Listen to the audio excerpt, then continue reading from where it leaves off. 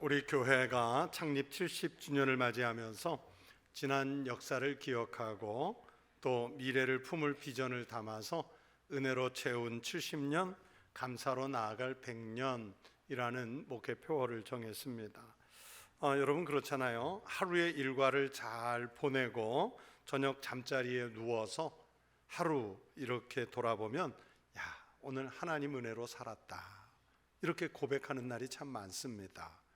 또 아침에 일어나서 하루 일과를 시작할 때 오늘도 살아서 깨게 하시니 감사합니다, 잘 살겠습니다, 이렇게 또 다짐하는 날도 꽤 많이 있습니다.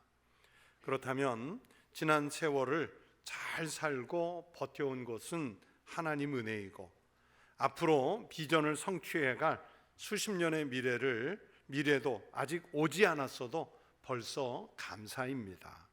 우리 그리스도인은 이렇게 은혜와 감사, 감사와 은혜 두 개의 축으로 사는 사람들입니다. 여러분 교회도 그렇습니다. 은혜와 감사가 빠진 교회 공동체는 허약하지요. 은혜와 감사가 충만해야 든든히 서가는 교회가 될 줄로 믿습니다. 그런 면에서 70년은 은혜로 채웠고 앞으로 채울 100년도 은혜와 감사로 가득한 우리 교회 그리고 모든 권속들이 되시기를 주의 이름으로 축원합니다. 그런데 사실은 우리보다 앞서서 이렇게 은혜와 감사 고백을 했어야 할 사람들이 누구냐? 오늘 본문 속에 등장하는 광야의 이스라엘 백성들이에요. 그런데 이들은 그렇게 하지 않았습니다. 이스라엘 백성들을 부를 때 부정적으로 부르는 별명이 있습니다. 다름이 아니라 목이 곧은 백성. 무슨 백성이라고요? 목이 곧은 백성. 이런 별명이 있어요. 교만했다는 뜻이죠. 하나님 보시기에 이스라엘 백성들은 교만했습니다. 출애굽기 32장 9절에는 그 교만에 대해서 이렇게 말씀합니다. 여호와께서 또 모세에게 이르시되 내가 이 백성을 보니 목이 어떤 백성이로다? 뻣뻣한 백성이로다. 목이 뻣뻣한 백성이로다. 출애굽을 해서 광야 생활이 이제 거의 마무리되어 가는 때, 이때쯤이면 좀 겸손해져도 되는데 여전히 신명기의 말씀에서도 이렇게 성경이 증언합니다. 여호와께서 또 내게 말씀하여 이르시되 내가 이 백성을 보았노라. 보라, 이는 목이 곧은 백성이로다. 여전히 목이 곧은 백성이로다. 이스라엘 백성들이 날마다 하나님 은혜로 살면서도 은혜를 기억하기보다는 고집과 교만 그리고 불신으로 하나님을 대적할 뿐만이 아니라 끝까지 불순종하는 그 모습을 보면서 하나님은 직접 목이 뻣뻣하다, 목이 곧다, 이런 표현들을 사용하셨습니다. 이렇게 교만한 사람들은 상황이나 주변 사람에 대한 원망이 많습니다. 자기가 잘났다고 생각하기 때문에 자기 만족이 없으면 원망하고요, 다른 사람이나 대상에 대해서는 자기가 우위에 서려고 하기 때문에 교만이라는 기제가 작동을 합니다. 사실 이스라엘 백성들은요, 애굽에서 430년을 머물렀는데요, 무려 머무는 그 430년 동안 요셉의 공로 때문에 잠깐 대접을 받았을런지 모르겠지만 나머지 수백 년 동안 그들은 노예 생활을 했어요. 그래서 교만할 짬이 없었습니다. 원망은 많이 있었겠지만 여러분 그렇잖아요. 노비가 여러분 교만하기는 어려웠겠지요. 그런데 이랬던 민족이, 노비였던 이 민족이 교만해지고 원망이 입 밖으로 나오기 시작한 것은 오히려 출애굽을 한 이후였습니다. 출애굽기 14장 12절을 보시면 광야길을 갓 걷기 시작할 무렵에요, 애굽의 군대가 그들의 뒤를 뒤쫓아오는 것을 보면서 두려움에 떨면서 원망을 했습니다. 하나님을 의지하고 있는 게 아니라 원망을 했어요. 자기들을 인도하실 하나님의 은혜에 대한 기대가 전혀 없었다는 뜻이죠. 애굽 사람을 섬기는 것이 이 광야에서 죽는 것보다 낫겠다 그러면서 원망을 합니다. 여기서 모세를 원망하는 것은 출애굽을 지시하신 하나님을 원망하는 것과 같습니다. 그러다가 그 원망은 바다가 갈라져서 육지처럼 건너가 가게 하시는 이 은혜 앞에서 잠깐 잠잠해져요. 홍해의 기적을 체험한 지 사흘 만에 마라라는 곳에 도착을 했습니다. 여러분, 마라가 무슨 뜻입니까? 쓰다, 쓴물 이런 뜻이지요. 이 쓴물 앞에서 마실 물이 없다면서 모세와 아론을 향해서 원망을 해요. 여러분, 이것도 결국 하나님을 향한 원망입니다. 이번 원망도 그 쓰던 물이 단물로 바뀌는 놀라운 이적 앞에서 또 잠시 잠잠해져요. 오늘 본문 앞에 16장이 시작되는 것을 보면 애굽에서 나온 지 한 달쯤 되었을 때인데 원망이 다시 터집니다. 애굽의 고깃가마 곁에서 고기와 떡을 배부르게 먹을 수 있었는데 그때 우리가 죽었으면 좋았겠다.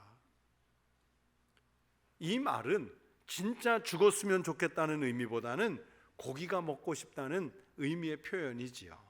여러분, 나이가 많은 노인이 아유 내가 그때 죽었으면 좋았겠다 이렇게 말하면 믿으면 안 됩니다.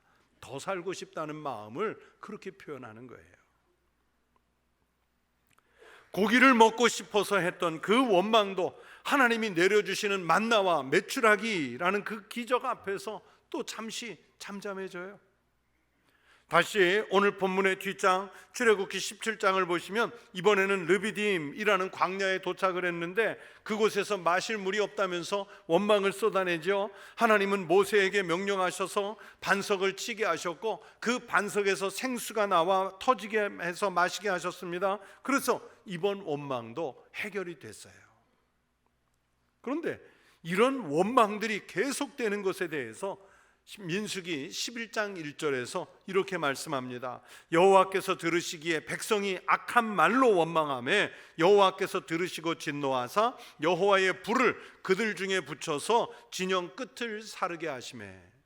백성들이요 입에 담을 수 없는 악한 말로 원망하고 있다고 기록했지요. 하나님은 매일 매순간 그들에게 기적을 베풀어 주시는데 감사도 없고요 감격도 없고 시도 때도 없이 원망을 합니다. 여러분, 오늘 본문 6절부터 12절도 자세히 보세요. 7절밖에 안 읽은 이 짧은 본문 속에 원망하다라는 단어가 몇 번 나오는지 아세요? 무려 6번이나 나옵니다. 원망함, 원망함, 원망함.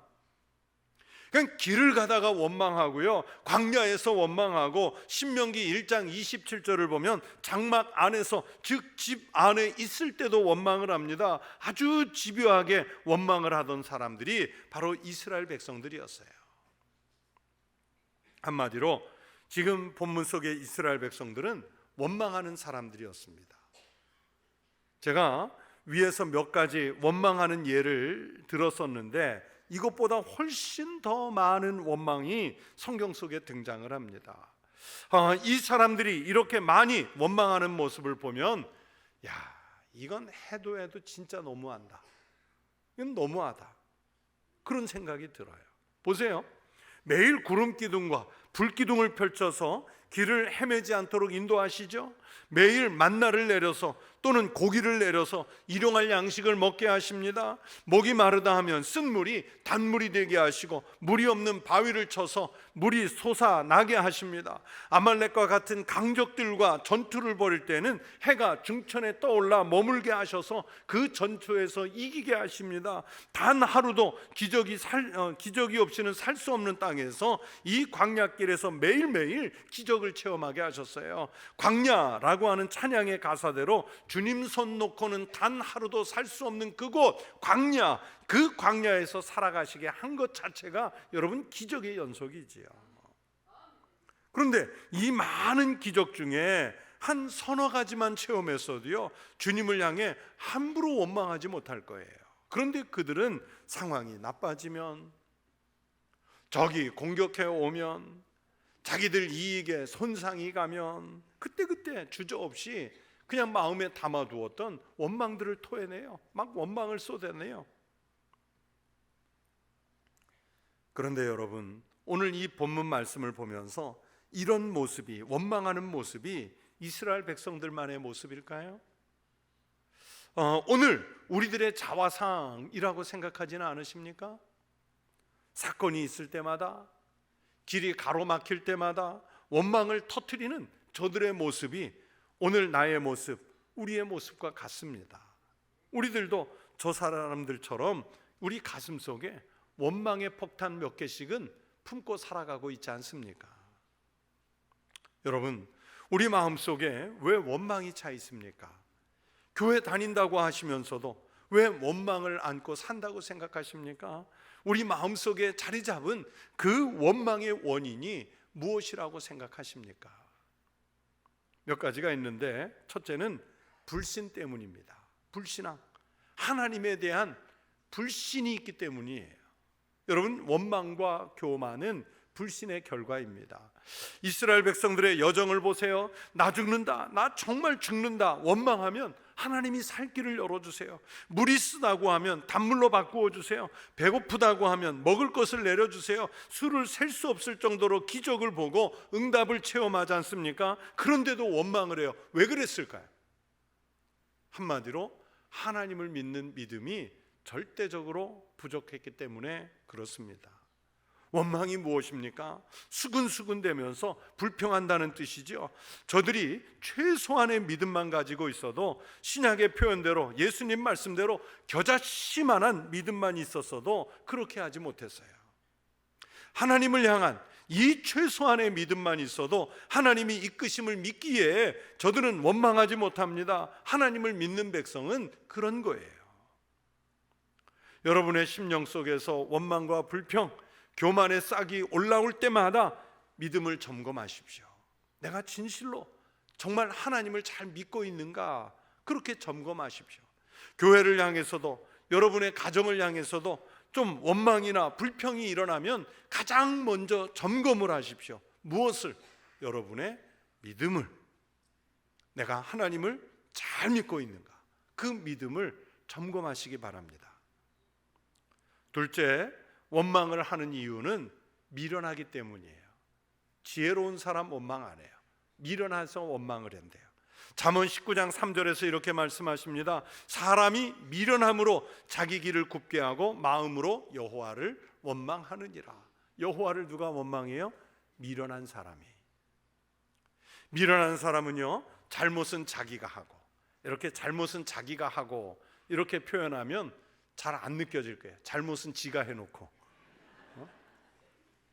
잘못은 지가 해놓고, 그 결과에 대한 원망은 하나님께 한다는 뜻이에요. 성경의 말씀이. 다시 말하면 사람이 만들어 놓은 결과를 놓고 하나님을 원망하거나 책임을 하나님께 떠넘깁니다. 누가? 미련한 사람이. 미련한 사람이. 의사들이 이제 성인병에 대한 건강한 주의를 이렇게 늘 주잖아요. 식생활을 개선해라, 성격을 좀 편안하게 가져라, 음주 흡연을 하지 말아라, 좋은 습관을 유지해라, 이런 좋은 권면을 해요. 그러면 그 우리 몸에 나타나는 여러 가지 나쁜 그 수치들을 내리기 위해서 우리가 자기가 노력을 해야죠. 그런데 많은 경우에 그게 좀 귀찮아요. 쉽지 않은 일이니까 못하는 게 아니라 안 합니다. 안 해요. 그렇게 안 하다가 어느 날 당뇨가 오고, 뭐 고혈압도 오고, 뭐 저처럼 심혈관 질환이나 뭐 어떤 사람은 뇌혈관 질환도 오지요. 여러분, 그런 것들이 와서 이제 죽을 위기에 가게 되면, 중병에 걸리면 여러분 그 누구 책임입니까? 누구 책임인지 모르세요? 내 책임이잖아요. 자기 책임이에요. 그런데 중병에 걸려서 막 죽느니 사느니 막 그러면 대뜸 뭐부터 해요? 원망부터 해요. 하나님을 원망합니다. 자기가 관리 안 하고 살아온 것은 생각하지를 않아요. 여러분, 이스라엘 백성들은 지금 원망이 누적되고 원망이 습관이 돼서 늘 합니다. 책임을 다른 사람에게 떠넘기는 일이 일상이 되었습니다. 원망을 하는 나쁜 습관에 물들었습니다. 그래서 지금 미련한 짓을 하고 있어요. 혹시 내가 습관적으로 원망하고 습관적으로 불평하고 있는지를 잘 살펴보십시오. 만약에 그렇게 습관적으로 원망하고 불평하고 있다면, 그렇게 한다면 여러분 생각하십시오. 나는 미련하구나. 나는 미련하구나. 여러분의 입에서, 마음속에서 원망이 떠나고 불평이 사라지면서 그 미련의 옷들을 벗어내시기를 축원합니다. 여러분, 하나님의 백성들이 왜 원망하면 안 됩니까? 우리가 인생을 살면서 원망을 아주 안 할 수는 없지만 할 수 있다면 모든 힘을 기울여서 원망을 하지 말아야 합니다. 왜 그렇습니까? 그 첫째는 우리가 하는 원망의 소리를 하나님께서 들으시기 때문입니다. 누가 들으셔요? 하나님께서. 오늘 본문 7절 중간을 보세요. 이는 원망하는 소리는 여호와께서 너희가 자기를 향하여 원망함을 들으셨습니다. 우리가 하는 원망을 누가 들으셨습니까? 하나님이 들으십니다. 그 원망이 속으로 혼자 중얼거리든 고함을 치면서 하는 원망이든 다른 사람 앞에서 쏟아내는 것이든 다 하나님께서 들으신다고 했습니다. 하나님이 듣고 계시는데 어떻게 함부로 원망할 수 있겠습니까? 하나님 앞에서 원망이 많아지면 안 된다는 뜻입니다.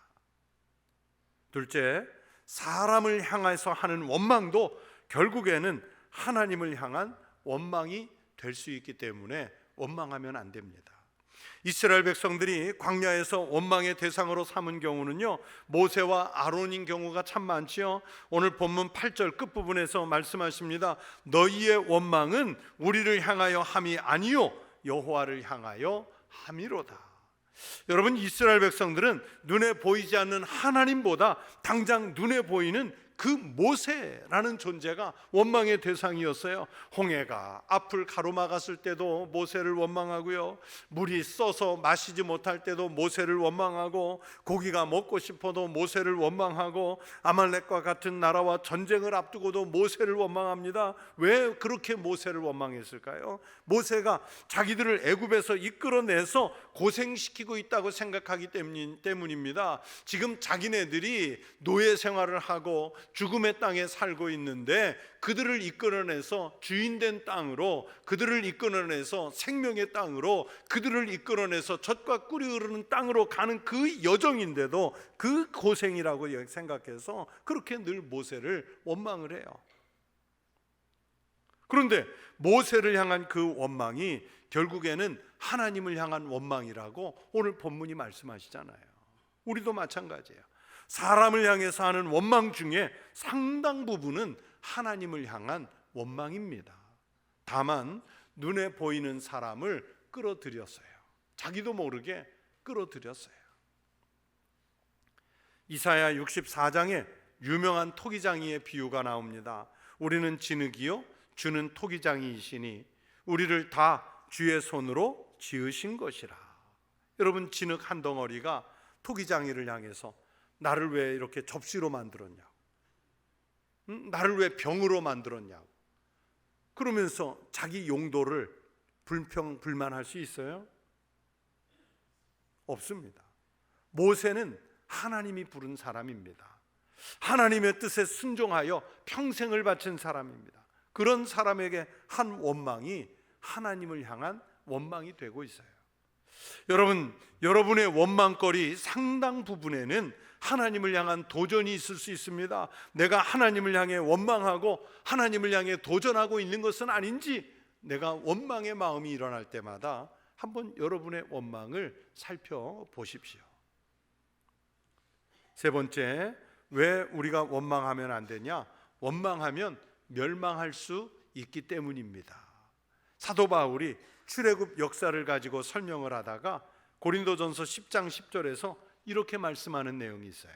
그들 가운데 어떤 사람들이 원망하다가 멸망시키는 자에게 멸망하였나니 너희는 그들과 같이 원망하지 말라. 이스라엘 백성들처럼 원망하다가는 멸망당한대요. 야고보서 5장 9절에서 원망하면 멸망할 수 있다고 경고합니다. 형제들아, 서로 원망하지 말라. 그리하여야 심판을 면하리라. 보라, 심판주가 문 밖에 서 계시니라. 원망하면 망하는 길로 들어설 수 있다는 것을 바울 사도도 야고보도 경고합니다. 여러분, 원망은 확장성이 커서 가까운 사람에게 원망하기 시작하면 그 범위가 넓어져서 가족들을 원망하고 이웃을 원망하고 나라와 사회를 원망하고 교회를 원망하는 마음까지도 일어나는 거예요.